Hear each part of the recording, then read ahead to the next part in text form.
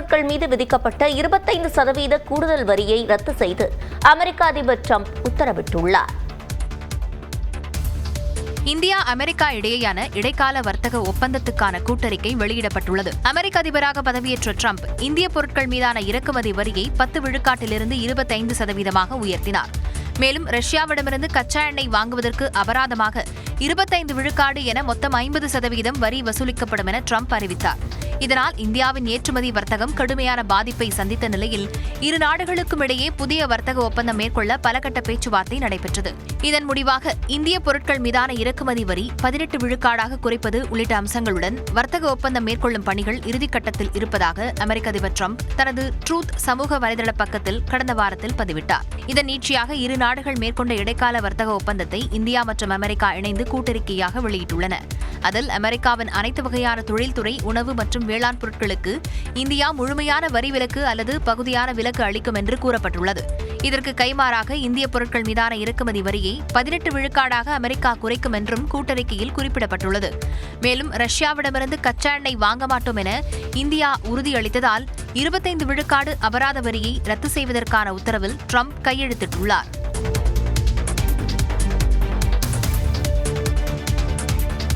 இந்தியாவிலிருந்து அமெரிக்காவிற்கு ஏற்றுமதி செய்யப்படும் ஆடைகள், காலணி, பிளாஸ்டிக், கரிம வேதிப்பொருட்கள், வீட்டு அலங்காரப் பொருட்கள், கைவினைப் பொருட்களுக்கான வரி 18 விழுக்காடாக குறைக்கப்படும் என இடைக்கால ஒப்பந்தத்தில் குறிப்பிடப்பட்டுள்ளது. இந்தியா மற்றும் அமெரிக்காவின் பரஸ்பர வர்த்தக நலனை மனதில் வைத்து இடைக்கால வர்த்தக ஒப்பந்தம் வடிவமைக்கப்பட்டிருப்பதாக கூட்டறிக்கையில் தெரிவிக்கப்பட்டுள்ளது. அதில் கடந்த ஆண்டு ஏப்ரல் 2ஆம் தேதி கூடுதல் வரி விதிப்பு தொடர்பாக பிறப்பிக்கப்பட்ட உத்தரவில் திருத்தம் செய்வதன் மூலம் இந்தியாவிலிருந்து இறக்குமதி செய்யப்படும் ஆடைகள், காலணி, பிளாஸ்டிக், கரிம வேதிப்பொருட்கள், வீட்டு அலங்காரப் பொருட்கள், கைவினைப் பொருட்களுக்கான வரி 18 விழுக்காடாக குறைக்கப்படும் என அறிவிக்கப்பட்டுள்ளது. இதேபோன்று கடந்த ஆண்டு செப்டம்பர் மாதம் பிறப்பிக்கப்பட்ட உத்தரவில் திருத்தம் செய்து பொது மருந்துகள், வைரங்கள், ரத்தினங்கள், விமான உதிரி பாகங்களின் வரியும் 18 விழுக்காடாக குறைக்கப்படுகிறது. அதே சமயம் அமெரிக்காவிலிருந்து வடிகட்டிய தானியங்கள், சிவப்பு சோளம், பாதாம், முந்திரி, பிஸ்தா உள்ளிட்டவை அடங்கிய மரக்கொட்டைகள், பழங்கள், சோயாபீன் எண்ணெய், மதுபானம் உள்ளிட்ட பொருட்களை இந்தியாவில் இறக்குமதி செய்வதற்கு வரி விலக்கு அளிக்கப்படும் என கூறப்பட்டுள்ளது. மேலும் அமெரிக்காவிலிருந்து எரிசக்தி பொருட்கள், விமானம் மற்றும் உதிரி பாகங்கள், அரிய வகை கனிமங்கள், தொழில்நுட்ப சாதனங்கள், நிலக்கரி உள்ளிட்டவற்றை அடுத்த 5 ஆண்டுகளுக்கு $500 பில்லியன் அளவிற்கு இந்தியா வாங்குவதற்கு ஒப்புக்கொண்டதாகவும் கூட்டறிக்கையில் தெரிவிக்கப்பட்டுள்ளது.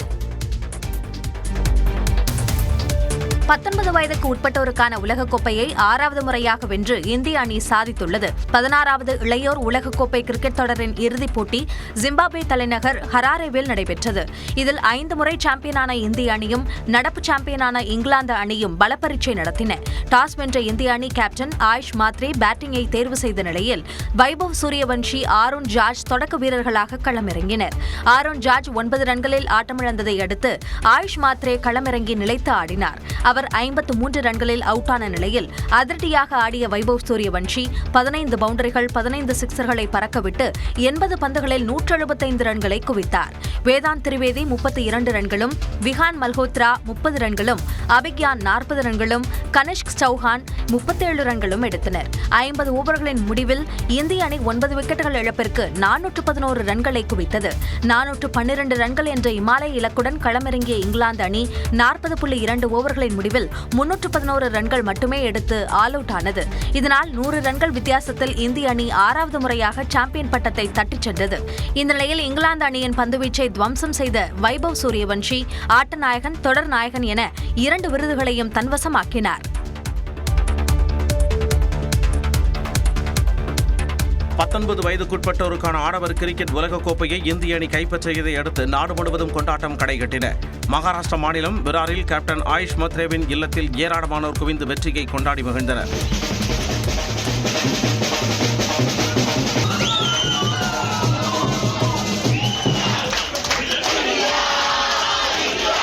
இதேபோல் மற்ற வீரர்களின் குடும்பத்தினரும் ரசிகர்களும் பட்டாசு வெடித்தும் இனிப்புகளை பகிர்ந்தும் கொண்டாடினர்.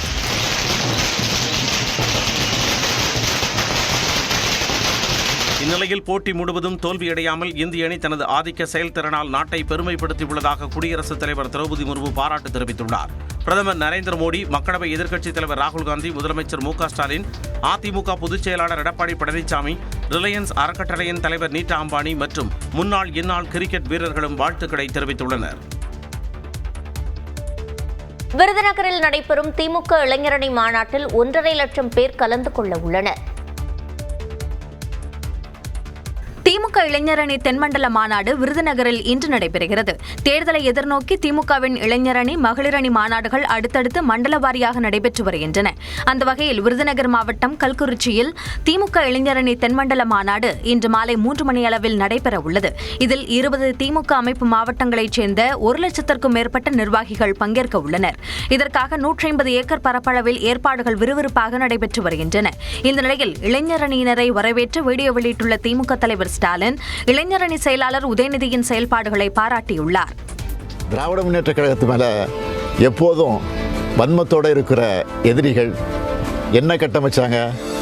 இளைஞர்கள் இனி திமுகவுக்கு வருவாங்களான்னு சந்தேகம் எழுப்புற மாதிரி தன்னோட ஆசைகளை வெளிப்படுத்திக்கிட்டு இருந்தாங்க. அதையெல்லாம் உடைச்சு தம்பி உதயநிதி அவர்கள் இளைஞரணிக்கு இன்றைக்கு தமிழ்நாடு முழுக்க 5 லட்சம் நிர்வாகிகள் நியமித்து ரெக்கார்ட் பண்ணியிருக்காரு. திருவண்ணாமலையில் நடைபெற்ற மாநாட்டையும் குறிப்பிட்டு பேசினார். திருவண்ணாமலையில் 1.5 லட்சம் நிர்வாகிகளை கூட்டி வடக்கு மண்டல நிர்வாகிகள் சந்திப்பு மாநாட்டை நடத்திட்டார். ரொம்ப பர்ஃபெக்டாக நடந்த அந்த மாநாட்டை பார்த்து எதிர்க்கட்சியில் இருக்கிற பலருக்கும் தூக்கம் போயிடுச்சு. திமுக இளைஞரணி செயலாளர் உதயநிதி தலைமையில் நடைபெறும் இந்த மாநாட்டில் முதலமைச்சரும் திமுக தலைவருமான ஸ்டாலின் பங்கேற்று சிறப்புரையாற்றுகிறார். அதிமுகவின் செயல்பாடுகளை திமுக கார்பன் காப்பி அடிக்க தொடங்கியிருப்பதாக கட்சியின் பொதுச் செயலாளர் எடப்பாடி பழனிசாமி விமர்சித்துள்ளார். அவர் வெளியிட்டுள்ள அறிக்கையில் 5 ஆண்டுகளில் தமிழ்நாட்டில் எந்த வளர்ச்சி திட்டங்களையும் நிறைவேற்றாமல் மக்களுக்கு அல்வா கொடுத்துள்ள முதலமைச்சர் மு க ஸ்டாலினுக்கு தனது கண்டனம் என குறிப்பிட்டுள்ளார். கடந்த தேர்தலில் திமுக சார்பில் அளிக்கப்பட்ட 525 வாக்குறுதிகளில் 4இல் 1 பங்கை கூட நிறைவேற்றவில்லை என்ற உண்மையை மக்களுக்கு சொல்லி வருவதாக கூறியுள்ள இபிஎஸ், கவர்ச்சிகரமான பல பெயர்களை வைத்து மக்களை ஏமாற்றும் இந்த அரசின் செயலை விளக்கும் வகையில் கடந்த ஆண்டு திமுகவின் உருட்டுக்கட்டை அல்வா ஒன்றை வழங்கியதாகவும் தெரிவித்துள்ளார். மத்திய அரசிடம் வாதாடியோ போராடியோ இணக்கமாக பேசியோ தமிழ்நாட்டு மக்களுக்கு தேவையான எந்த ஒரு நலத்திட்டங்களையும் கொண்டுவர திறனற்ற அரசு மத்திய அரசு கேட்டதை தரவில்லை என வாய்ஜாலம் காட்டிக் கொண்டிருப்பதாக கூறியுள்ளார். திமுகவின் 2.0 ஆட்சியில் தமிழ்நாடு சுபிக்ஷம் பெறும் என்றெல்லாம் மக்களின் காதுகளில் முதலமைச்சர் காகிதப்பூ சுற்றுவதாக விமர்சித்துள்ள எடப்பாடி பழனிசாமி, தமிழ்நாட்டின் முன்னேற்றத்திற்காக என்னென்ன திட்டங்களை செயல்படுத்தியுள்ளீர்கள் என்பதை தெரிவித்து வாக்கு கேட்க தயாரா என வினவியுள்ளார். திமுகவின் திட்டங்களை காப்பியடித்து அதிமுக தேர்தல் அறிக்கை வெளியிடுவதாக அமைச்சர் தங்கம் தென்னரசு விமர்சித்துள்ளார். அருப்புக்கோட்டை அருகே கல்குறிச்சியில் திமுக இளைஞரணி மாநாடு நடைபெறும் பகுதியை ஆய்வு செய்த பிறகு செய்தியாளர்களை சந்தித்த அவர் அதிமுகவின் தேர்தல் அறிக்கையை சாடினார். திராவிட முன்னேற்ற கழகத்தினுடைய நடைமுறையில் இருக்கக்கூடிய திட்டங்களை நீங்கள் அப்போதே அப்படி காப்பி எடுத்து விட்டீர்கள் என்ற விமர்சனங்கள் எல்லா தரப்பிலும் இருந்து வந்தது. அதே முன்னாள் முதலமைச்சர் எதிர்க்கட்சியோட தலைவர் சொன்னார், நீங்கள் இந்த திட்டத்தையோ மகளிர் உரிமையத்தையோ கொடுக்க முடியாதுன்னு சொன்னார். அவர் தானே சொன்னாரு. தொடர்ந்து பேசிய அவர் திமுகவின் தேர்தல் அறிக்கை எப்படி இருக்கும் எனவும் கூறினார். எல்லா தரப்பும் கொண்டாடக்கூடிய நம்முடைய தேர்தல் தயாரிப்பு அந்த அறிக்கையினுடைய தயாரிப்பு குழுவினுடைய தலைவர் அவர்கள் திருமதி கனிமொழி கருணாநிதி அவர்கள் தெரிவித்திருப்பதைப் போல அது உண்மையிலே ஒரு மிகப்பெரிய முக்கியத்துவம் வாய்ந்த தேர்தல் அறிக்கையாக அது அமையும். விருதுநகரில் நடைபெறும் திமுக இளைஞரணி மாநாட்டில் 58 சட்டமன்ற தொகுதிகளைச் சேர்ந்த இளைஞரணி நிர்வாகிகள் பங்கேற்க இருப்பதாகவும் அமைச்சர் தங்கம் தென்னரசு தெரிவித்தார். சட்டப்பேரவை தேர்தலை முன்னிட்டு இபிஎஸ்ஐ சந்தித்து அதிமுக தலைமையிலான கூட்டணிக்கு கொங்கு முன்னேற்றக் கழகம் மற்றும் கொங்கு நாடு முன்னேற்றக் கழகம் ஆதரவு தெரிவித்துள்ளன. சேலத்தில் அதிமுக பொதுச் செயலாளர் எடப்பாடி பழனிசாமியை நேரில் சந்தித்த கொங்கு முன்னேற்றக் கழகத்தின் மாநில பொதுச் செயலாளர் தங்கவேல், கொங்கு நாடு முன்னேற்றக் கழகத்தின் நிறுவன தலைவர் பெஸ்ட் ராமசாமி மற்றும் அக்கட்சிகளின் நிர்வாகிகள் தங்கள் ஆதரவு கடிதங்களை வழங்கினர்.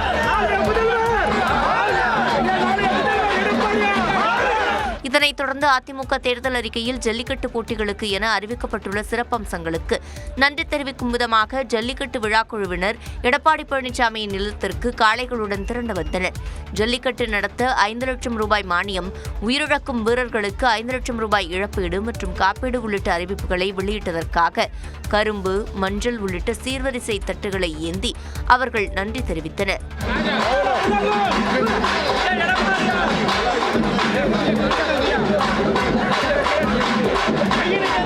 மேலும் வீரத்தின் அடையாளமான வாங்கரு வாளை அவருக்கு பரிசாக வழங்கிய அவர்கள் அதிமுக வெற்றி பெற்று இந்த வாக்குறுதிகளை நிறைவேற்றும் என தங்களது நம்பிக்கையை வெளிப்படுத்தினர்.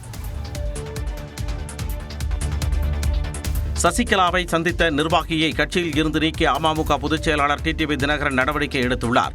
தேசிய ஜனநாயக கூட்டணியில் சசிகலாவுக்கு இடமில்லை என இபிஎஸ் கூறி வருவதும் டிடிவி தினகரனுடனான பிணக்கு உள்ளிட்ட காரணங்களாலும் அதிமுக மற்றும் அமமுகவில் அதிருப்தியில் உள்ள தலைவர்களை தன் பக்கம் இழுத்து வரும் தேர்தலில் தனித்து களமிறங்க சசிகலா திட்டமிட்டுள்ளதாக கூறப்படுகிறது.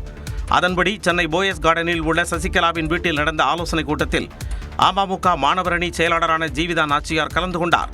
இதற்கு உடனடியாக எதிர்வினையாற்றும் விதமாக ஜீவிதா நாச்சியாரை கட்சியில் இருந்து நீக்கி டிடிவி தினகரன் நடவடிக்கை எடுத்தார். இதற்கு பதிலடி கொடுக்கும் விதமாக தனது சமூக வலைதள பக்கத்தில் துரோகம் வேறறுக்கப்படும் என ஜீவிதா நாச்சியார் பதிவிட்டுள்ளார். ஜீவிதா நாச்சியாரை கட்சியில் இருந்து நீக்கியதன் மூலம் சசிகலா டிடிவி தினகரன் இடையேயான பனிப்போர் உச்சமடைந்துள்ளதாக அரசியல் விமர்சகர்கள் கூறுகின்றனர். தவேகாவில் விருப்ப மனு ஏராளமானோர் பனையூர் அலுவலகத்தில் குவிந்தனர். சட்டப்பேரவைத் தேர்தலில் தவேகா தலைவர் விஜய் போட்டியிட 4 தொகுதிகள் அடையாளம் காணப்பட்டுள்ளதாக தகவல் வெளியாகியுள்ளது. சட்டப்பேரவைத் தேர்தலை ஒட்டி தவேகா சார்பில் போட்டியிட விரும்புவோருக்கான விருப்ப மனு விநியோகம் சென்னை பனையூரில் கட்சியின் தலைமை அலுவலகத்தில் தொடங்கியது. விஜய் பெயரில் பொதுச் செயலாளர் ஆனந்த் விருப்ப மனு பெற்றுக் கொண்டார். 1.5 மணி நேரத்தில் 10,000 மனுக்கள் வழங்கப்பட்டுள்ளதாக அக்கட்சியின் இணை பொதுச் செயலாளர் நிர்மல்குமார் தெரிவித்தார். எந்த கட்சிக்கும் இல்லாத ஒரு பெரு ஆரவாரம், எந்த கட்சிக்கும் இல்லாத ஒரு பெரும் எதிர்பார்ப்பு. இன்று 10,000 விருப்ப மனுக்கள் 1.5 மணி நேரத்தில் கொடுக்கப்பட்டுள்ளது. மேலும் அடுத்த ஒரு 14ஆம் தேதி வரைக்கும் விருப்ப மனுக்கள் வழங்க இருக்கிறது. இதனிடையே விஜய் போட்டியிடுவதற்கு சென்னை வேடச்சேரி, விருகம்பாக்கம், விக்கிரவாண்டி, நாகப்பட்டினம் ஆகிய 4 தொகுதிகள் அடையாளம் காணப்பட்டுள்ளதாகவும் இவற்றில் விஜய் போட்டியிடும் தொகுதி ஓரிரு நாட்களில் முடிவு செய்யப்படும் என்றும் தகவல்கள் தெரிவிக்கின்றன. தவேகா அலுவலகம் அருகே தடுப்புகள் அமைக்கப்பட்டதால் பாதிக்கப்பட்டதாக கூறி குடியிருப்பு வாசிகள் வாக்குவாதத்தில் ஈடுபட்ட நிலையில் விருப்ப மனு பெற நேரில் வர வேண்டாம் என தவேகா பொதுச் செயலாளர் அறிவித்துள்ளார். இதனால் தடுப்புகள் அமைக்கப்பட்டதால் அருகில் உள்ள குடியிருப்பு வாசிகள் பாதிக்கப்பட்டனர். வீடுகளுக்கு முன்பு பலர் வாகனங்கள் நிறுத்தியிருப்பதாகவும் தங்களால் வாகனங்களில் வெளியே செல்ல முடியவில்லை என்றும் அவர்கள் குற்றம் சாட்டினர். எங்களை இப்படி போகாதீங்க அப்படி போகாதுன்றாங்க, கார் வந்தா விட மாட்டேன்றாங்க. அப்புறம் இதுக்கு மேல அது இல்லாம சண்டை போடுறாங்க. ஒரு நாள் 2 நாள் இல்லைங்க, இதை நாங்க மாச கணக்கா நாங்க இது பண்ணிட்டு தான் ரெசிடென்ட்ஸ் வந்து இப்பவே வெளியில வர ஆரம்பிச்சிருக்கோம். ஏன்னா இது எங்களால கண்ட்ரோல் பண்ண முடியல. இவங்க இன்னும் பாலிடிக்ஸ்க்கு வரவே இல்ல, அதுக்குள்ள எங்களுக்கு இவ்வளவு பிரச்சனை ரெசிடென்ட்ஸ்க்கு. எல்லா விதத்திலும் பாதிப்பு. How do we live here? நாள்தோறும் இதுபோன்ற பிரச்சனையை எதிர்கொள்வதாக பனையூர் குடியிருப்பு வாசிகள் தெரிவித்த போது தவேகா தொண்டர்களுடன் வாக்குவாதம் ஏற்பட்டது. உங்ககிட்ட பேசப்ப நீ பேசு ப்ளீஸ். இல்ல இல்ல நீங்க ஏன் பிளாக் பண்றீங்க? உங்ககிட்ட பேசக்கூடாது. தவேகா பொதுச் செயலாளர் ஆனந்த் வெளியிட்டுள்ள அறிக்கையில் விருப்ப மனு பெற தவேகாவினர் யாரும் பனையூர் தலைமை அலுவலகத்துக்கு வர வேண்டாம் என கேட்டுக் கொண்டுள்ளார். விருப்ப மனுவை இணையதளத்தில் பதிவிறக்கம் செய்து தேவையான விவரங்களுடன் வரும் 14ஆம் தேதிக்குள் நேரிலோ குரியர் அல்லது தபால் மூலமோ அனுப்பலாம் என்றும் கூறியுள்ளார். தேமுதிகவில் விருப்ப மனு விநியோகத்தை தொடங்கி வைத்த பிரேமலதா விஜயகாந்த் வரும் 17ஆம் தேதிக்குள் கூட்டணி முடிவை அறிவிப்பதாக தெரிவித்துள்ளார். தமிழ்நாட்டில் சட்டமன்ற தேர்தல் நெருங்கும் நிலையில் தேமுதிக இதுவரை யாருடன் கூட்டணி என்பதை அறிவிக்கவில்லை.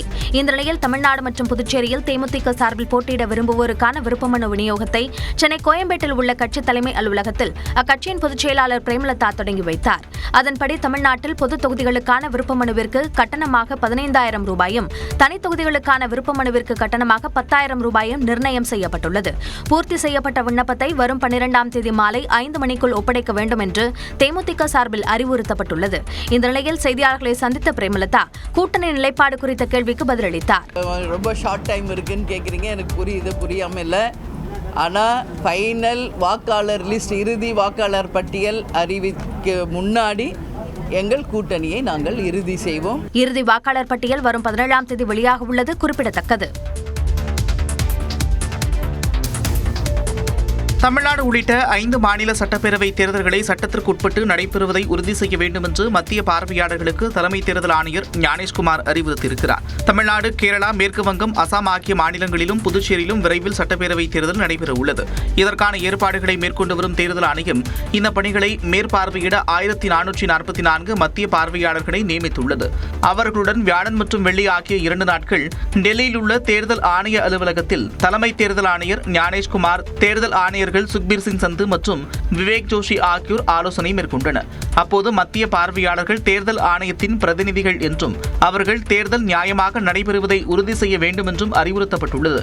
மேலும் தேர்தலை சட்டத்திற்கு உட்பட்டும் இந்திய தேர்தல் ஆணையத்தின் அறிவுரைப்படியும் நடைபெறுவதை உறுதி செய்ய வேண்டும் என்றும் தலைமை தேர்தல் ஆணையர் கேட்டுக் கொண்டார். தமிழ்நாட்டில் சட்டப்பேரவைத் தேர்தல் நெருங்கி வரும் நிலையில் தேர்தல் அறிக்கையில் இலவசங்கள் குறித்த அறிவிப்புகளை வெளியிட தடை விதிக்க கோரும் மனு அடுத்த மாதம் விசாரணைக்கு எடுத்துக் கொள்ளப்படும் என உச்சநீதிமன்றம் தெரிவித்துள்ளது. நாடு முழுவதும் வாக்காளர்களை கவரும் நோக்கில் பல்வேறு அரசியல் கட்சிகள் போட்டி போட்டுக்கொண்டு கவர்ச்சிகரமான திட்டங்களையும் இலவசங்கள் குறித்த அறிவிப்புகளையும் வெளியிடுகின்றனர். இதனால் மாநில அரசுகளின் நிதிச்சுமை அதிகரிப்பதால் இலவச திட்டங்கள் குறித்த அறிவிப்புகளை அரசியல் கட்சிகள் வெளியிட தடை விதிக்க வேண்டும் என கோரி வழக்கறிஞர் அஸ்வினி குமார் உபாத்யாய் கடந்த 2022ஆம் ஆண்டு உச்சநீதிமன்றத்தில் பொதுநல மனு தாக்கல் செய்தார்.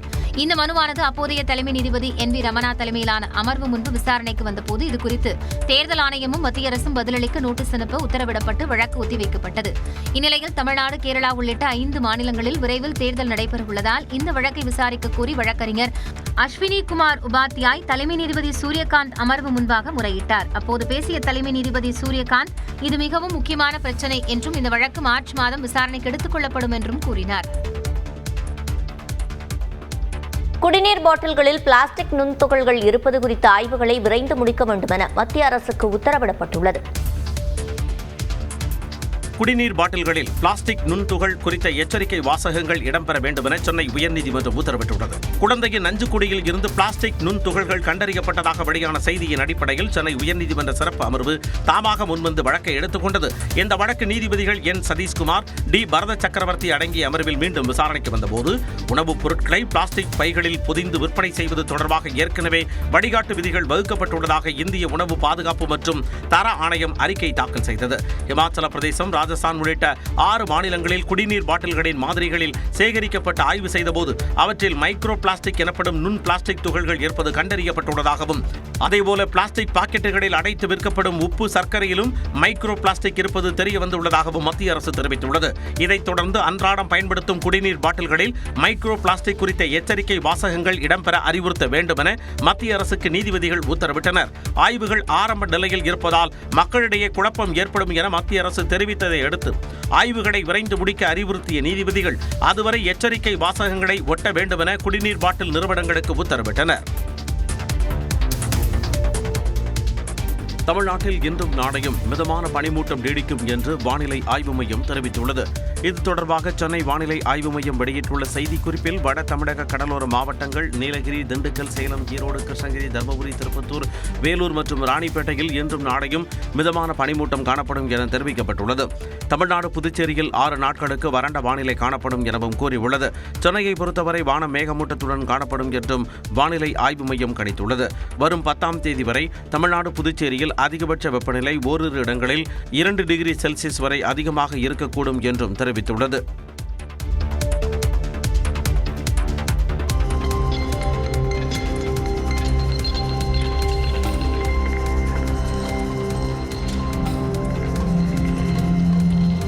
வால்பாறை அருகே தண்ணீர் தொட்டிக்குள் தவறி விழுந்த குட்டி யானை 6 மணி நேர போராட்டத்திற்கு பின் பாதுகாப்பாக மீட்கப்பட்ட காட்சிதான் இது. கோவை மாவட்டம் ஆனைமலை புலிகள் காப்பகத்திற்கு உட்பட்ட வெள்ளோனி டாப் எஸ்டேட் பகுதியில் உள்ள தண்ணீர் தொட்டியில் குட்டி யானை தவறி விழுந்தது. தாய் யானையின் புடிரல் சத்தம் கேட்டு வந்த தேயிலை தோட்ட தொழிலாளர்கள் வனத்துறையினருக்கு தகவல் கொடுத்தனர். சம்பவ இடத்திற்கு விரைந்த மருத்துவக் குழு மற்றும் வனத்துறையினர் JCP உதவியுடன் குட்டி யானையை மீட்கும் பணியில் ஈடுபட்டனர். தண்ணீர் தொட்டிக்கு அருகிலேயே அங்குமிங்கும் நகராமல் காத்திருந்த தாய் யானை குட்டியை மீட்க பாச போராட்டம் நடத்தியது. சுமார் 6 மணி நேர போராட்டத்திற்கு பின் தண்ணீர் தொட்டியின் ஒரு பகுதி இடிக்கப்பட்டு குட்டி யானை பாதுகாப்பாக மீட்கப்பட்டது. இதையடுத்து தனது குட்டியுடன் தாய் யானை வனத்திற்குள் சென்றது.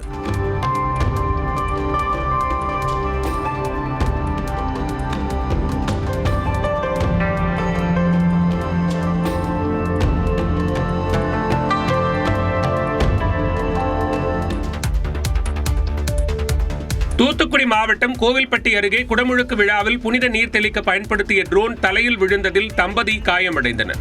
நாலாட்டின் புதூரில் உள்ள கரியமால் அழகர் கோவிலில் குடமுழுக்கு விழா வெகு விமர்சையாக நடைபெற்றது. அமைச்சர் கீதா ஜீவன், முன்னாள் அமைச்சர் கடம்பூர் ராஜு உள்ளிட்டோர் கலந்து கொண்டனர்.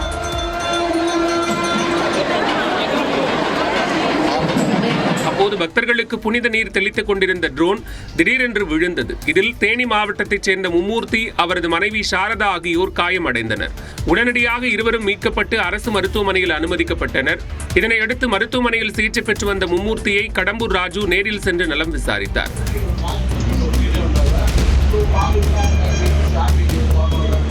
கோயில் திருவிழாவில் பக்தர்கள் காயமடைந்த சம்பவம் அப்பகுதியினரிடையே சோகத்தை ஏற்படுத்தியது. பொதுத் தேர்வு தொடர்பாக மாணவர்களுடன் பிரதமர் நரேந்திர மோடி கலந்துரையாடினார். மதிப்பெண்களில் கவனம் செலுத்துவதை விட ஒவ்வொருவரும் வாழ்க்கையில் எந்த இடத்தை பிடிக்க வேண்டும் என்பதில் கவனம் செலுத்த வேண்டும் என பிரதமர் நரேந்திர மோடி அறிவுறுத்தியுள்ளார். பொதுத் தேர்வுகளுக்கு தயாராகும் மாணவர்களுடன் ஆண்டுதோறும் பிரதமர் நரேந்திர மோடி கலந்துரையாடி வருகிறார். அந்த வகையில் 9வது ஆண்டாக டெல்லியில் உள்ள தனது இல்லத்தில் பிரதமர் மோடி கலந்துரையாடினார். அப்போது மாணவர்கள் பல்வேறு கேள்விகளை பிரதமர் மோடியிடம் முன்வைத்தனர். மாணவர்களின் கேள்விகளுக்கு பதிலளித்த பிரதமர் மோடி கல்வியை சுமையாக நினைக்க கூடாது என்றும் கல்வி மட்டுமே வாழ்க்கையில் வெற்றியை தீர்மானிக்காது என்றும் கூறினார். நமது இலக்கு எப்போதும் அடையக்கூடியதாக இருக்க வேண்டும் என்று கூறிய பிரதமர் மோடி உங்கள் ஆசிரியர்களை விட ஒருபடி மேலே இருங்கள் என்று மாணவர்களுக்கு அறிவுரை வழங்கினார். எந்த செயலிலும் நாம் முழுமையாக ஈடுபட்டால்தான் அதனை நாம் நினைவில் வைத்துக் கொள்ள முடியும் என்றும் மாணவர்களுக்கு பிரதமர் நரேந்திர மோடி அறிவுரை வழங்கினார். நீட் முதுநிலை தேர்வில் கட் ஆஃப் மதிப்பெண் குறைக்கப்பட்டதை எதிர்த்து தொடரப்பட்ட பொதுநல வழக்கில் மத்திய அரசு பதிலளிக்க உச்சநீதிமன்றம் உத்தரவிட்டுள்ளது. நீட் முதுநிலை தேர்வு கட் ஆஃப் மதிப்பெண் குறைக்கப்பட்டதை எதிர்த்து ஹரிஷரன், தேவ்கன் உள்ளிட்டோர் மனு தாக்கல் செய்தனர். இந்த வழக்கு PS நரசிம்மா, ஆலோக் ஆராதே ஆகியோர் முன்பு மீண்டும் விசாரணைக்கு வந்தது. அப்போது மனுதாரர்கள் தரப்பில் ஆஜரான மூத்த வழக்கறிஞர் கோபால் சங்கர நாராயணன் போதுமான எண்ணிக்கையிலான மாணவர்கள் கிடைக்காத பட்சத்தில் மட்டுமே மத்திய அரசு தேசிய மருத்துவ ஆணையத்துடன் ஆலோசித்து கட் ஆஃப் மதிப்பெண்களை குறைக்க விதிமுறைகள் அனுமதிக்கின்றன என தெரிவித்தார். -40 மதிப்பெண் வரை கட் ஆஃப் குறைப்பது என்றால் எந்த கேள்வியையும் எழுதாதவர்கள் நல்ல நிலை அடைவார்கள் என்றும் வாதிட்டார். அப்போது குறுக்கிட்ட நீதிபதிகள் மருத்துவ படிப்புக்கான இடங்கள் வீணாக கூடாது என்பதும் அதே நேரத்தில் தரநிலைகள் குறையக்கூடாது என்பதும் முரண்பட்ட அம்சங்கள் என்றும் இவ்விரண்டிற்கும் இடையில் சமநிலை தேவை எனவும் கூறினார். இந்த முடிவு மிக மோசமானதா என்பதை நீதிமன்றம் பரிசீலிக்கும் எனவும் தெரிவித்தனர். திருத்தப்பட்ட அறிவிப்பின்படி பொது பிரிவுக்கான கட் ஆஃப் மதிப்பெண் 103 இருந்தது என்றும் ஆனால் மாற்றப்பட்ட பிறகு முந்தைய மதிப்பெண்கள் 235 இருந்து -40 குறைந்திருப்பது கடும் அதிர்ச்சியை ஏற்படுத்தியுள்ளதாக நீதிபதிகள் தெரிவித்தனர். ரெப்போ வட்டி விகிதம் 5.25% நீடிக்கும் என அறிவிக்கப்பட்டுள்ளது. வங்கிகளுக்கான குறுகிய கால கடன்களுக்கான ரெப்போ வட்டி விகிதத்தில் எந்த மாற்றமும் செய்யப்படவில்லை என்று ரிசர்வ் வங்கி ஆளுநர் சஞ்சய் மல்ஹோத்ரா அறிவித்துள்ளார். ரிசர்வ் வங்கியின் நிதிக் கொள்கை குழு கூட்டத்தில் எடுக்கப்பட்ட முடிவுகளை ரிசர்வ் வங்கி ஆளுநர் சஞ்சய் மல்ஹோத்ரா வெளியிட்டார். அப்போது பேசிய அவர், பணவீக்கம் அதிகரிக்க தொடங்கியதால் வங்கிகளுக்கு ரிசர்வ் வங்கி வழங்கும் குறுகிய கால கடனுக்கான ரெப்போ வட்டி விகிதத்தில் மாற்றம் செய்யப்படவில்லை என்றும் இது 5.25%ஆகவே இருக்கும் என்றும் கூறினார். இந்திய ஐரோப்பிய யூனியன் இடையிலான தடையற்ற வர்த்தக ஒப்பந்தம் மற்றும் அமெரிக்காவுடன் வர்த்தக ஒப்பந்தம் காரணமாக இந்தியாவின் வளர்ச்சி நீண்ட காலத்திற்கு தொடரும் என்று அவர் நம்பிக்கை தெரிவித்தார். The signing of a landmark trade deal with the European Union and the US trade agreement in sight, growth momentum is likely to be sustained for a longer period. அடுத்த நிதியாண்டின் முதலாம் காலாண்டிற்கான பொருளாதார வளர்ச்சி விகிதம் 6.9%ஆகவும் 2வது காலாண்டிற்கான பொருளாதார வளர்ச்சி 7%ஆகவும் இருக்கும் என்றும் சஞ்சய் மல்ஹோத்ரா கூறினார். பழம்பெரும் நடிகை MN ராஜம் மற்றும் மூத்த இயக்குனர் SP முத்துராமனுக்கு கலைஞர் நினைவு கலைத்துறை வித்தகர் விருதை தமிழ்நாடு அரசு அறிவித்துள்ளது. தமிழ் திரையுலகில் சிறந்து விளங்கும் வாழ்நாள் சாதனையாளருக்கு கடந்த 2022 முதல் கலைஞர் நினைவு கலைத்துறை வித்தகர் விருதை தமிழ்நாடு அரசு வழங்கி வருகிறது. 2022ஆம் ஆண்டு ஆரூர் தாஸ், 2023இல் கவிஞர் மு. மேத்தா மற்றும் P. சுசீலா ஆகியோருக்கு முதலமைச்சர் மு. ஸ்டாலின் விருது வழங்கி சிறப்பித்தார். இந்நிலையில் கடந்த 2024ஆம் ஆண்டுக்கான விருது பழம்பெரும் நடிகை MN ராஜத்திற்கும், 2025ஆம் ஆண்டுக்கான விருது முதுபெரும் இயக்குனர் SP முத்துராமனுக்கும் வழங்கப்படும் என தமிழ்நாடு அரசு அறிவித்துள்ளது. சிறு வயதிலேயே நாடகங்களில் நடிக்க தொடங்கிய MN ராஜம் குழந்தை நட்சத்திரமாக சினிமாவில் அறிமுகமாகி இரத்த கண்ணீர், நாடோடி மன்னன், பாசமலர் உள்ளிட்ட 200க்கும் மேற்பட்ட படங்களில் நடித்துள்ளார். இதேபோல் களத்தூர் கண்ணம்மா படத்தில் உதவி இயக்குநராக தனது சினிமா வாழ்க்கையை தொடங்கிய எஸ்.பி. முத்துராமன் ரஜினி, கமலை வைத்து பல வெற்றி படங்களை கொடுத்துள்ளார். அவர் முரட்டுக்காளை, தர்மத்தின் தலைவன், குரு சிஷ்யன், சகலகலா வல்லவன், ஜப்பானில் கல்யாணராமன் உள்பட 70க்கும் மேற்பட்ட படங்களை இயக்கியுள்ளார். விருது பெற உள்ள இருவருக்கும் முதலமைச்சர் மு.க. ஸ்டாலின் தலா 10 லட்சம் ரூபாய் மற்றும் நினைவு பரிசு வழங்க உள்ளதாக தெரிவிக்கப்பட்டுள்ளது. வீர வணக்கம், வீர வணக்கம். காரல் மார்க்சுக்கு வீர வணக்கம்.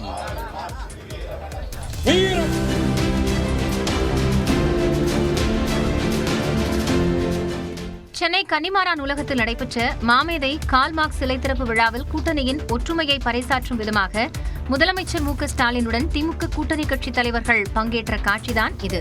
சென்னை எழும்பூரில் உள்ள கன்னிமாரா பொது நூலக வளாகத்தில் புதிதாக நிறுவப்பட்டுள்ள மாமேதை கார்ல் மார்க்சின் சிலையை முதலமைச்சர் மு.க. ஸ்டாலின் திறந்து வைத்தார். இந்த நிகழ்ச்சியில் தமிழ்நாடு காங்கிரஸ் தலைவர் செல்வ பெருந்தகை, விசிக தலைவர் திருமாவளவன், இந்திய கம்யூனிஸ்ட் கட்சியின் மாநில செயலாளர் வீரபாண்டியன், மார்க்சிஸ்ட் கம்யூனிஸ்ட் கட்சியின் மாநில செயலாளர் கே. சண்முகம், மதிமுக பொதுச் செயலாளர் வைகோ உள்ளிட்ட திமுக கூட்டணி கட்சித் தலைவர்கள் கலந்து கொண்டனர். இதையடுத்து செய்தியாளர்களை சந்தித்த மார்க்சிஸ்ட் கம்யூனிஸ்ட் கட்சியின் மாநில செயலாளர் கே. சண்முகம், கார்ல் மார்க்சின் சிந்தனைகளை இந்தியாவில் நடைமுறைப்படுத்த இடதுசாரி சக்திகள் போராடும் என கூறினார். இந்த சிலை நிறுவப்பட்டிருப்பதன் மூலமாக மார்க்சிய தத்துவம், மார்க்சிய சிந்தனை நாட்டு மக்கள் மத்தியிலேயும் இந்த வளாகத்துக்குள் வரக்கூடிய பல்லாயிரக்கணக்கான உலக மக்களிடையேயும் சிந்தனையை நிறைவு கூறுவதற்கான ஒரு நல்ல வாய்ப்பாக இந்த சிலை என்பது இங்கே அமைக்கப்பட்டிருக்கிறது. மாமேதை கார்ல் மார்க்ஸ் சிலையை கன்னிமாரா நூலகத்தில் நிறுவிய தமிழ்நாடு அரசுக்கு நன்றி தெரிவிப்பதாகவும் கே. சண்முகம் கூறினார்.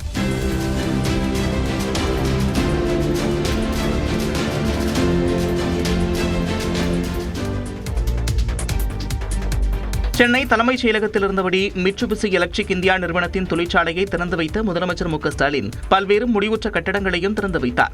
திருவள்ளூர் மாவட்டம் கும்மிடிப்பூண்டியில் 2091 கோடி ரூபாய் முதலீட்டில் கட்டப்பட்டுள்ள மிட்சுபிசி எலக்ட்ரிக் இந்தியா நிறுவனத்தின் குளிர்சாதன இயந்திரங்கள் மற்றும் காற்றழுத்த கருவிகள் உற்பத்தி ஆலையை காணொலி காட்சி மூலம் முதலமைச்சர் மு.க. ஸ்டாலின் திறந்து வைத்தார். இதேபோல ஊரக வளர்ச்சி மற்றும் ஊராட்சித்துறை சார்பில் 289 கோடி ரூபாய் செலவில் கட்டப்பட்ட 6 சமத்துவபுரங்கள், நாமக்கல் மாவட்டத்தில் பல்வேறு அரசு கட்டிடங்கள், பாலங்கள், அங்கன்வாடி மையங்கள் ஆகியவற்றை காணொலி காட்சி வாயிலாக முதலமைச்சர் மு.க. ஸ்டாலின் திறந்து வைத்தார்.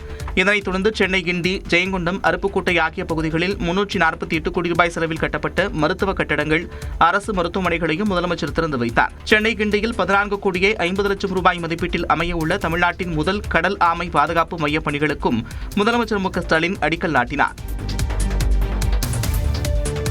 கூட்டணி தொடர்பான பேச்சுவார்த்தை குழுவை திமுக அமைக்காமல் இருப்பதே திமுக காங்கிரஸ் இடையிலான குழப்பத்திற்கு காரணம் என்று சிவகங்கை எம்பி கார்த்திக் சிதம்பரம் தெரிவித்துள்ளார். புதுக்கோட்டையில் செய்தியாளர்களை சந்தித்த அவர், திமுக விரைவாக குழு அமைத்திருந்தால் இதுபோன்ற பிரச்சனையே வந்திருக்காது என்று கூறினார். குழு அமைக்கிறேன்னு சொன்னாங்க, இன்னும் குழு அமைக்கல. எங்க சைட்ல குழு ரெடியா இருக்கு பேசுறதுக்கு. நாங்க 5 பேர் குழு நாங்க வச்சிருக்கிறோம். அவங்க குழு அமைச்சுட்டா நாங்க பேசுறோம். குழு அமைக்காதது தாமதம் செய்வது திராவிட முன்னேற்ற கழகம். கூட்டணியில் காங்கிரஸ் இருந்தால்தான் அங்கு மதச்சார்பின்மை எனும் முத்திரை குத்தப்படும் என்றும் கார்த்திக் சிதம்பரம் கூறினார். நாங்க இருந்தாதான் அந்த கூட்டணிக்கு மதச்சார்பின்மை முத்திரை குத்தப்படும். நாங்க இல்லாட்டி அந்த மதச்சார்பின்மை என்ற முத்திரை கண்டிப்பாக குத்தப்படும். தமிழக வெற்றி கழகத்திற்கு வாக்கு வங்கி இருக்கிறது என்பது உண்மைதான் என்றும், அதே சமயம் அந்த வாக்கு வங்கி தொகுதிகளில் வெற்றி பெற வைக்குமா என்பது கேள்விக்குறிதான் என்றும் கார்த்திக் சிதம்பரம் தெரிவித்தார்.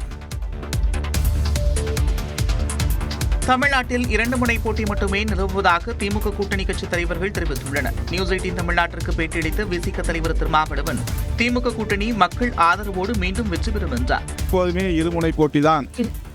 4 முனை 5 முனை என்பதெல்லாம் வெறும் கற்பனை, யூகம். தமிழ்நாட்டு மக்கள் அரசியல் தெளிவுள்ளவர்கள். உரிய நேரத்தில் அவர்களின் தீர்ப்புகளை எழுதுவார்கள். திமுக அதிமுக இடையேதான் போட்டி என்று மார்க்சிஸ்ட் கம்யூனிஸ்ட் கட்சியின் மாநில செயலாளர் சண்முகம் தெரிவித்துள்ளார். போன தடவை 6 தொகுதியில் நாங்கள் போட்டியிட்டோம். இந்த முறை இரட்டை இலக்கத்தில் போட்டியிட வேண்டும் என்று நாங்கள் தீர்மானித்திருக்கிறோம். விஜய் சிங்கிளா இருக்காரு, ராம் தமிழர் சீமான் அவர்கள் சிங்கிளா இருக்காங்க. அவங்கெல்லாம் சிங்கிளா இருக்கவங்கெல்லாம் இந்த அணியினுடைய ஒரு சமமான ஒரு போட்டியாளராக நீங்கள் வர்ணிப்பதே மிக மிக தவறானது.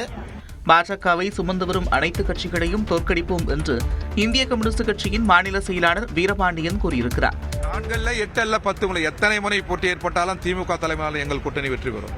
பாஜக வென்றால் ஜனநாயகம் தோற்றுவிடும் என்று வீரபாண்டியன் தெரிவித்தார். பிரதமரின் தமிழ்நாடு வருகையில் மாற்றம் செய்யப்பட்டுள்ளது. அதிமுக தலைமையிலான தேசிய ஜனநாயக கூட்டணியில் பாஜக, அன்புமணி தலைமையிலான பாமக, அமமுக, தமாக உள்ளிட்ட கட்சிகள் இடம்பெற்றுள்ளன. இந்த கூட்டணி சார்பில் செங்கல்பட்டு மாவட்டம் மதுராந்தகத்தில் கடந்த மாதம் 23ஆம் தேதி பொதுக்கூட்டம் நடைபெற்றது. இதில் பிரதமர் நரேந்திர மோடி பங்கேற்று கூட்டணியின் தேர்தல் பரப்புரையை தொடங்கி வைத்தார். இதனைத் தொடர்ந்து வரும் 28ஆம் தேதி பிரதமர் நரேந்திர மோடி மீண்டும் தமிழ்நாடு வரவுள்ளதாக தெரிவிக்கப்பட்டது. இந்நிலையில் நெல்லையில் நியூஸ் 18 தமிழ்நாட்டிற்கு பேட்டியளித்த பாஜக மாநில தலைவர் நயினா நாகேந்திரன் ஒருநாள் தாமதமாக மார்ச் 1ஆம் தேதி பிரதமர் மதுரை வரவுள்ளதாக கூறினார். பாரத பிரதமர் நரேந்திர மோடி அவர்கள் தேசிய ஜனநாயக கூட்டணியுடைய பொதுக்கூட்டம் 28ஆம் தேதி வருவதாக இருந்தது. இப்பொழுது 1ஆம் தேதியாக மாற்றி வைக்கப்பட்டுள்ளது. மதுரையில் நடைபெறும் தேசிய ஜனநாயக கூட்டணியின் பொதுக்கூட்டத்திற்கு பிரதமர் நரேந்திர மோடி தலைமை தாங்க இருப்பதாகவும் நயினா நாகேந்திரன் தெரிவித்தார். பிரதமர் மோடி திருப்பரங்குன்றம் மட்டுமின்றி அறுபடை வீடுகளிலும் சுற்றி பார்க்க வேண்டும் என்று இந்து சமய அறநிலையத்துறை அமைச்சர் சேகர் பாபு வலியுறுத்தியுள்ளார். சென்னை ஓட்டேரியில் செய்தியாளர்களிடம் பேசிய அவர் பிரதமரின் தமிழ்நாடு வருகை குறித்து கருத்து கூறினார். தேர்தலில் வேலெடுத்து பார்த்தார்கள், திருப்பரங்குன்றத்திலே கையிலே எடுக்க பார்த்தார்கள், மாநாடு முருகர் பக்தர்கள் நடத்தி பார்த்தார்கள். ஆனால் என் அப்பன் தமிழ் கடவுள் முருகன் எங்கள் முதல்வரோடு தான் கைகோர்த்து கொண்டிருக்கின்றார். ஆகவே வருகின்ற பிரதமருக்கு வைக்கின்ற வேண்டுகோள், அறுபடை வீடையும் சுற்றி பார்க்கட்டும். இந்நிலையில் நியூஸ் 18 தமிழ்நாடுக்கு பேட்டியளித்த அவர் 125 நாட்கள் வேலை திட்டத்தில் திமுக அரசை எடப்பாடி பழனிசாமி விமர்சிப்பது குறித்த கேள்விக்கு பதிலளித்தார். தமிழக மக்களுடைய நலனை பற்றி அவருக்கு கவலை இல்லை. அந்த கட்சியை முழுமையாக அமித்ஷாவிடம் அடமானம் வைத்து விட்டார். உறவுக்கு கை கொடுப்போம், உரிமைக்கு குரல் கொடுப்போம். அந்த திட்டத்தில் மக்கள் பாதிக்கப்படுகிறார்கள். தொடர்ந்து பேசிய சேகர் பாபு, என்னை ஏன் கைவிட்டீர்கள் என தொகுதி மக்களிடம் ஜெயக்குமார் பேசியது குறித்தும் கருத்து கூறினார். எங்கள் முதல்வரை போட்டிக்கு அழைத்தார். எங்கள் முதல்வர் உனக்கு போட்டி சாதாரண ஒரு தொண்டனை நிற்க வைத்து மண்ணை கவ வைப்பேன் என்று, இந்த முறை அடக்கமாக நிற்பேன் என்று சொல்லியிருக்கின்றார். இந்த முறை சென்னையின் அனைத்து தொகுதிகளையும் திமுக கைப்பற்றும் எனவும் சேகர் பாபு நம்பிக்கை தெரிவித்தார். நாட்டின் பிரதமருக்கு நாடாளுமன்ற வளாகத்தில் பாதுகாப்பு இல்லை என்று சொல்லக்கூடிய ஒரு மோசமான காலகட்டத்தில் நாம் வாழ்ந்து கொண்டிருப்பதாக திமுக எம்பி கனிமொழி விமர்சித்துள்ளார். நாடாளுமன்ற உறுப்பினர்களுக்கு எதிர்க்கட்சியிலே இருக்கக்கூடிய பெண் நாடாளுமன்ற உறுப்பினர்களால் தாக்கப்படுவார் என்று இந்த நாட்டினுடைய பிரதமர் அவைக்கு வராமல் பதிலளிக்காமல் அந்த தீர்மானம் நிறைவேற்றப்படக்கூடிய ஒரு அவல நிலையை நாடு கண்டுகொண்டிருக்கிறது. இதனிடையே சென்னை விமான நிலையத்தில் செய்தியாளர்களிடம் பேசிய மக்கள் நீதி மய்யம் கட்சித் தலைவர் கமல்ஹாசன் மாநிலங்களவையில் ஒரு தமிழனாக நல்ல கருத்துக்களை எடுத்துரைத்ததாக கூறினார். தமிழனாக நான் நல்ல கருத்து பேசிவிட்டதா எனக்கு தோன்றுகிறது. அதை மறுப்பவர்கள் அதை விவாதிக்க வேண்டும். விவாதித்து உண்மை என்ன என்பதை புரிந்து கொள்ள வேண்டும். இது டெமோக்ரஸி இப்படித்தான் இருக்கும். விவாதங்கள் தொடர வேண்டும். தொடர்ந்து பேசிய அவர் கூட்டணியை விட மக்கள் நலனே முக்கியம் என்றார். விஜய்க்கு எதிராக தற்போதுதான் விசிலடிக்க தொடங்கியிருப்பதாக பாஜக மாநில தலைவர் நயினா நாகேந்திரன் தெரிவித்துள்ளார். நெல்லையில் செய்தியாளர்களிடம் பேசிய அவர் விஜய் மீதான வரி ஏய்ப்பு வழக்கு குறித்து கருத்து கூறினார். அவர் வரி ஏய்ப்பு செய்திருக்கிறாருன்னு நீதிமன்றம் சொல்லியிருக்கு. அதை போய் நம்ம எப்படி தப்புன்னு சொல்ல முடியுமா? இப்பதான் விசில் அடிக்க ஆரம்பிச்சிருக்கு. அது பிறகு ட்ரம் எல்லாம் சேர்ந்து அடிப்போம். எல்லாம் சேர்ந்து வருமானம் ஈட்டினால் வரி கட்டித்தான் ஆக வேண்டும் என பாஜக மூத்த தலைவர் தமிழிசை சவுந்தரராஜன் தெரிவித்துள்ளார். யாருமே சட்டத்திற்கு மேல்பட்டவர்கள் கிடையாது இல்லையா? சம்பாதிச்சா வரி கட்டி தானே ஆகணும். கோர்ட்டே சொல்லிட்டாங்க, அதில் நான் சொல்ல வேண்டியிருக்கு. அதை எல்லாமே சொல்ல தெரிஞ்சுதானே. மேலும் நியூஸ் 18க்கு பேட்டியளித்த தமிழிசை பாஜகவின் தேர்தல் வாக்குறுதிகள் குறித்து விளக்கினார். சிறு குறு தொழிலை சார்ந்தவர்களை நீங்க பார்த்திருக்கோம். ஜிஎஸ்டில என்னென்ன சலுகைகள் அவங்க கேட்கறாங்களோ அதை நாங்க தேர்தல் அறிக்கையிலும் கொடுப்போம், மத்திய நிதி அமைச்சர்டமும் கொடுப்போம். பாஜகவின் தேர்தல் அறிக்கை தாய் அறிக்கை என்றும் தமிழிசை வர்ணித்தார். சேலம் மாவட்டம் மகுடஞ்சாவடியில் வரும் 13ஆம் தேதி தமிழக வெற்றிக் கழகம் சார்பில் திட்டமிடப்பட்டுள்ள மக்கள் சந்திப்பு கூட்டத்திற்கு அனுமதி பெறுவதில் சிக்கல் ஏற்பட்டுள்ளது. மகுடஞ்சாவடி அருகே தவிக தலைவர் விஜயின் மக்கள் சந்திப்பு கூட்டம் நடத்துவதற்கு அனுமதி கோரி அக்கட்சி ஒன்றிய செயலாளர் கார்த்தி மற்றும் நிர்வாகிகள் மகுடஞ்சாவடி காவல் நிலையத்தில் மனு அளித்திருந்தனர். இந்த மனுவை சங்ககிரி டிஎஸ்பி தனசேகரன் நேற்று மாலை ஆய்வு செய்தார்.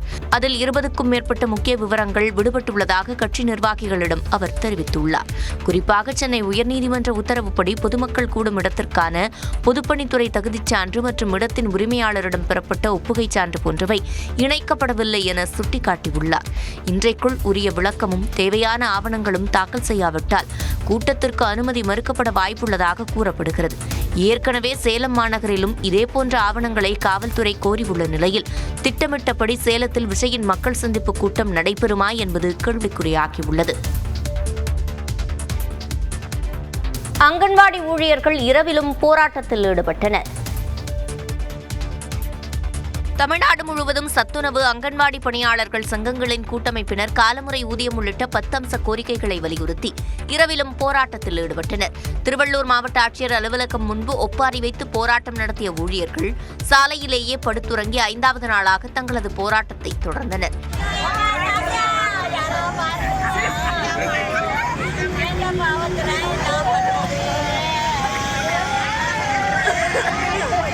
ராணிப்பேட்டை மாவட்டம் முத்துக்கடை பேருந்து நிலையம் அருகே கோரிக்கைகளை நிறைவேற்றக் கோரி இரவிலும் பெண்கள் காத்திருப்பு போராட்டத்தில் ஈடுபட்டனர்.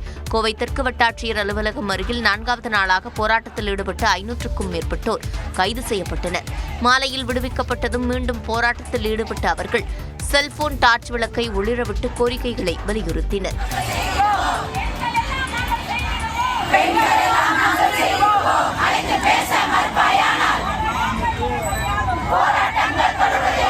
இதேபோல் ராமநாதபுரம் ஆட்சியர் அலுவலகம் முன்பு 4வது நாளாக சத்துணவு அங்கன்வாடி சங்கங்களின் கூட்டமைப்பைச் சேர்ந்த 200க்கும் மேற்பட்டோர் காத்திருப்பு போராட்டம் மேற்கொண்டனர். சீருடை பணியாளர் தேர்வு வாரிய ஐஜி, எஸ்பி உள்ளிட்ட 13 IPS அதிகாரிகளை பணியிட மாற்றம் செய்து தமிழ்நாடு அரசு உத்தரவிட்டுள்ளது. இதுகுறித்து உள்துறை கூடுதல் தலைமை செயலாளர் வெளியிட்டுள்ள அறிவிப்பில், தமிழ்நாடு சீருடை பணியாளர் தேர்வு வாரியத்தின் உறுப்பினர் செயலராக இருந்த ராஜேஸ்வரி சென்னை பெண்கள் மற்றும் குழந்தைகளுக்கு எதிரான குற்றத்தடுப்பு பிரிவின் ஐஜியாகவும், சீருடை பணியாளர் தேர்வு வாரியத்தின் எஸ்பியாக இருந்த நாகஜோதி சென்னை காவலர் பயிற்சி பள்ளியின் எஸ்பியாகவும் மாற்றப்பட்டுள்ளதாக தெரிவிக்கப்பட்டுள்ளது.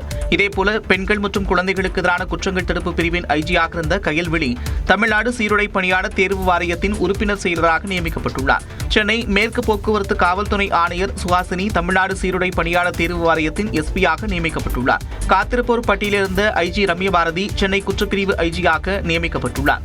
சேலம் வடக்கு துணை ஆணையர் சிவராமனை வேலூர் எஸ்பியாகவும், வேலூர் மாவட்ட எஸ்பியாக இருந்த மயில்வாகனனை சென்னை தெற்கு விஜிலன்ஸ் மற்றும் ஊழல் தடுப்பு பிரிவு எஸ்பியாகவும் பணியிட மாற்றம் செய்து தமிழ்நாடு அரசு உத்தரவிட்டுள்ளது. கும்பகோணம் ஏஎஸ்பி அங்கித் சிங் எஸ்பியாக பதவி உயர்வு பெற்று சேலம் வடக்கு துணை ஆணையராகவும், பொள்ளாச்சி ஏஎஸ்பி சிஸ்தி சிங் எஸ்பியாக பதவி உயர்வு பெற்று திருச்சி தெற்கு துணை ஆணையராகவும் நியமிக்கப்படுவதாக தெரிவிக்கப்பட்டுள்ளது. ரயில்வே எஸ்பி ஈஸ்வரன் சென்னை அண்ணாநகர் துணை ஆணையராக பணியிட மாற்றம் செய்து தமிழ்நாடு அரசு உத்தரவிட்டுள்ளது. செல்போன் பழக்கத்திற்கும் ஆன்லைன் கேமிற்கும் இளம் தலைமுறையினர் அடிமையாகி வரும் சூழலில் புத்தகங்களை எழுதி அசத்தியுள்ளனர் அரசு பள்ளி மாணவர்கள். தமிழ்நாட்டில் அரசு பள்ளி மாணவர்களை படைப்பாளியாக்கும் நோக்கில் எழுதுக இயக்கம் செயல்பட்டு வருகிறது. இதன் மூலம் முறையாக பயிற்சி அளிக்கப்பட்டு மாணவர்களும் எழுத முடியும் என்பது சாத்தியமாக்கப்படுகிறது. இந்த நிலையில் இந்த இயக்கம் மூலம் பயிற்சி பெற்ற அரசு பள்ளி மாணவர்கள் எழுதிய 108 நூல்கள் வெளியீட்டு விழா சென்னை வேளச்சேரியில் நடைபெற்றது. இதில் சிறப்பு விருந்தினராக பங்கேற்ற முன்னாள் தலைமைச் செயலாளர் வே. இறையன்பு மாணவர்கள் எழுதிய நூல்களை வெளியிட்டார். நீங்கள் எழுதத் தொடங்கினாலே கைபேசி உங்களிடமிருந்து விலகிவிடும். ஏனென்றால் எழுதுகோலை எடுத்து விட்டால், காகிதத்தை ஒரு கையில் தாங்கிவிட்டால் கைபேசியை வைப்பதற்கு உங்கள் கைகளில் இடம் இருக்க. நூல்களை எழுதிய மாணவர்கள் நியூஸ் 18 தமிழ்நாடு தொலைக்காட்சியுடன் தங்களது அனுபவங்களை பகிர்ந்து கொண்டனர். ஒரு நாளைக்கே கிட்டத்தட்ட 1 மணி நேரமாவது லைப்ரரி வருவேன். அப்படி என்னோட வாசிப்பு வழக்கம் தான் எனக்கு கதை எழுதுறதுல அதிக ஆர்வத்தை ஈடுபடுது. நாமளும் ஒரு கதை எழுதிப்போம் அப்படின்றது எல்லார்ட்டும் இந்த பேர் சொல்லிட்டு ரொம்ப நானும் ஒரு கதை இந்த நிகழ்ச்சியில் அரசு மற்றும் தனியார் பள்ளி மாணவ மாணவிகள், ஆசிரியர்கள் உள்ளிட்டோர் பங்கேற்றனர். நத்தம் அருகே ஜல்லிக்கட்டு போட்டி கோலாகலமாக நடைபெற்றது. திண்டுக்கல் மாவட்டம் நத்தம் அருகே கொசவப்பட்டியில் விறுவிறுப்பாக நடைபெற்ற ஜல்லிக்கட்டு போட்டியில் 32 பேர் காயமடைந்தனர். கொசவப்பட்டி புனித அந்தோணியார் ஆலய திருவிழாவையொட்டி நடைபெற்ற ஜல்லிக்கட்டு போட்டியை உணவுத்துறை அமைச்சர் சக்கரபாணி கொடியசைத்து தொடங்கி வைத்தார். இதையடுத்து உள்ளூர் காடைகளுக்கு மரியாதை செய்யப்பட்டு அவிழ்த்து விடப்பட்டன. அதைத் தொடர்ந்து ஒவ்வொரு காடையாக அவிழ்த்து விடப்பட்டன. வாடிவாசல் வழியாக சீறி பாய்ந்த காடைகளை ஜல்லிக்கட்டு வீரர்கள் ஆர்வத்துடன் அடக்கினர்.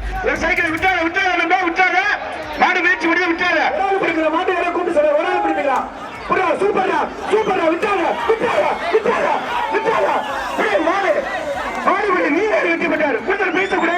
போட்டியின் போது மாடு முட்டியதில் 32 பேர் காயமடைந்தனர்.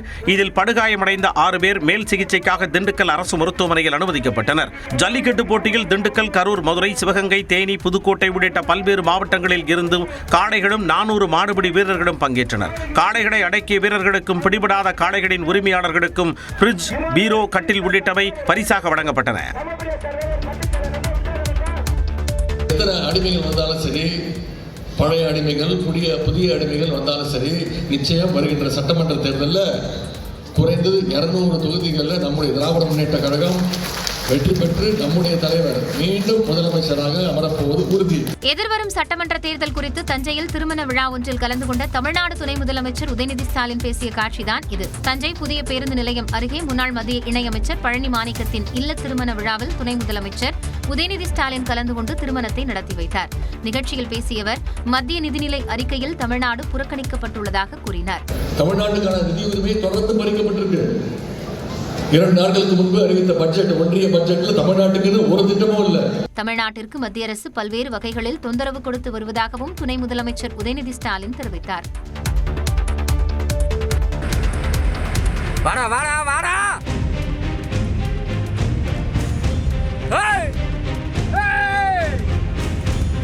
நீலகிரி மாவட்டம் உதகை அருகே உள்ள டன்சாண்டல் எஸ்டேட் பகுதியில் ஒற்றை யானை உலாவியதால் பொதுமக்கள் பீதியடைந்தனர். சோலூர் மற்றும் 9வது மைல் பகுதிகளில் கடந்த சில நாட்களாக முகாமிட்டுள்ள இந்த யானை நேற்று பகல் நேரத்தில் சாலையை வழிமறித்ததோடு அவ்வழியாக வந்த வாகனத்தை துரத்தியது. இதனால் அதிர்ச்சியடைந்த வாகன ஓட்டி காரை சுமார் 1/2 கிலோமீட்டர் தூரம் பின்னோக்கி இயக்கி உயிர் தப்பினார்.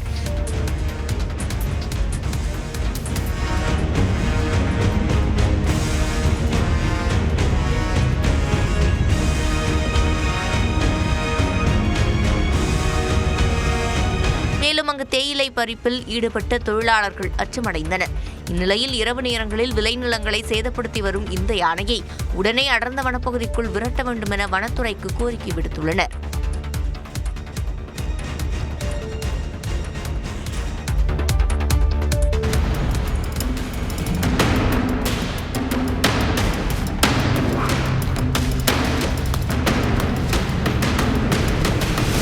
சேலம் கோட்டை பகுதியில் உள்ள தோக்சால் திருமண மண்டபத்தின் செயலாளர் மீது திமுக பிரமுகரும் அவரது நண்பர்களும் தாக்குதல் நடத்திய காட்சிகளை இவை.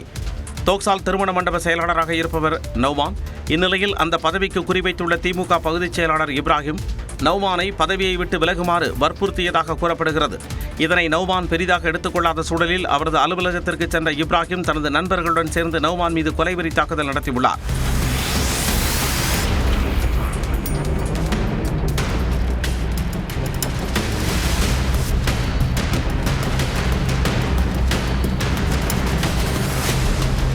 நிலை குலைந்த நௌமானிடம் ராஜினாமா கடிதத்தில் கையெழுத்து பெற்றதாக கூறப்படும் நிலையில் சிசிடிவி காட்சிகளின் அடிப்படையில் காவல்துறையினர் விசாரணை மேற்கொண்டுள்ளனர்.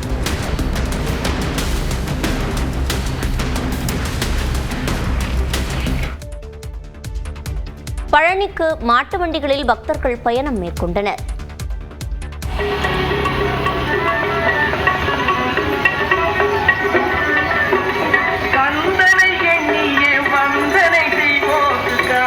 பழனி முருகப்பெருமானை கண்டு தரிசிப்பதற்காக சேலம் மாவட்டம் எடப்பாடியிலிருந்து 60க்கும் மேற்பட்ட மாட்டு வண்டிகளில் பக்தர்கள் பயணம் மேற்கொண்டுள்ள காட்சிகளே இவை. தைப்பூச திருவிழாவின் முத்தாய்ப்பாக கருதப்படும் எடப்பாடி காவடிகள் வரும் 10ஆம் தேதி பழனிக்கு வரவுள்ள நிலையில் தற்போது சிலுவம்பாளையம் பகுதி பக்தர்கள் குழுக்களாக பயணத்தை தொடங்கியுள்ளனர். மாடுகளுக்கான தீவனம், தங்களுக்கு தேவையான உணவுப் பொருட்கள் என அனைத்தையும் வண்டிகளிலேயே கட்டிக்கொண்டு இவர்கள் புறப்பட்டுள்ளனர்.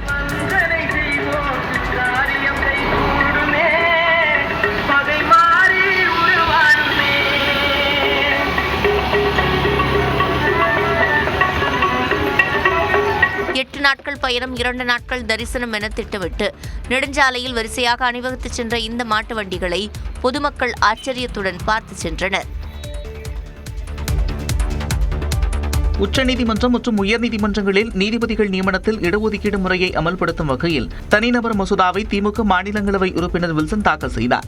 மாநிலங்களவையில் இந்த மசோதாவை அறிமுகப்படுத்தி பேசிய அவர், உயர்நீதிமன்றங்கள் மற்றும் உச்சநீதிமன்றத்தில் நீதிபதிகள் நியமனம் வெளிப்படைத்தன்மையாக இருக்க வேண்டும் என்றும், பிற்படுத்தப்பட்ட பட்டியல் மற்றும் பழங்குடியினர் வகுப்புகளைச் சேர்ந்த மக்கள் தொகைக்கு ஏற்ப நீதிபதிகள் நியமிக்கப்பட வேண்டும் என்றும் வலியுறுத்தினார். 15 and 16 to increase the quantum of reservation for the socially and educationally backward class of citizens in proportion to their population as determined through caste census, to provide reservations in promotions with consequential seniority for backward classes, and to amend Article 7 of the schedule to the Constitution to empower the state governments to undertake caste census and for matters connected therewith or incidental thereto. இதேபோல நாடு முழுவதும் அனைத்து நீதிமன்றங்கள் மற்றும் தீர்ப்பாயங்களில் காணொலி காட்சி மூலம் வழக்கு விசாரணை நடத்துவதை உறுதி செய்யும் வகையிலான தனிநபர் மசோதாவை வில்சன் அறிமுகம் செய்தார். காணொலி காட்சி மூலம் வழக்கு விசாரணை நடைபெற்றால் வழக்கு தாமதமாகாது என்றும் வழக்கு நடத்துவதற்கான செலவுகள் குறையும் என்றும் வில்சன் தெரிவித்தார்.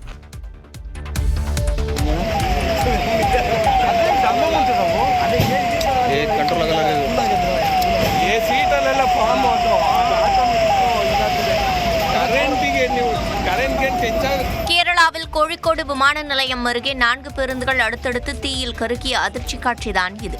கோழிக்கோடு விமான நிலையத்தில் பணிபுரியும் ஊழியர்களை அழைத்துச் செல்வதற்காக பயன்படுத்தப்பட்டு வந்த 4 பேருந்துகளும் பழுது காரணமாக கரிப்பூர் அடுத்த கொண்டோட்டி பகுதியில் நீண்ட காலமாக நிறுத்தி வைக்கப்பட்டிருந்ததாக தெரிகிறது.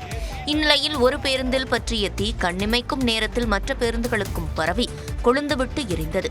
விண்ணை முட்டும் அளவுக்கு கரும்புகை வெளியேறிய நிலையில் தகவல் அறிந்து வந்த தீயணைப்புத் துறையினர் நீண்ட போராட்டத்திற்கு பின் தீயை கட்டுக்குள் கொண்டு வந்தனர்.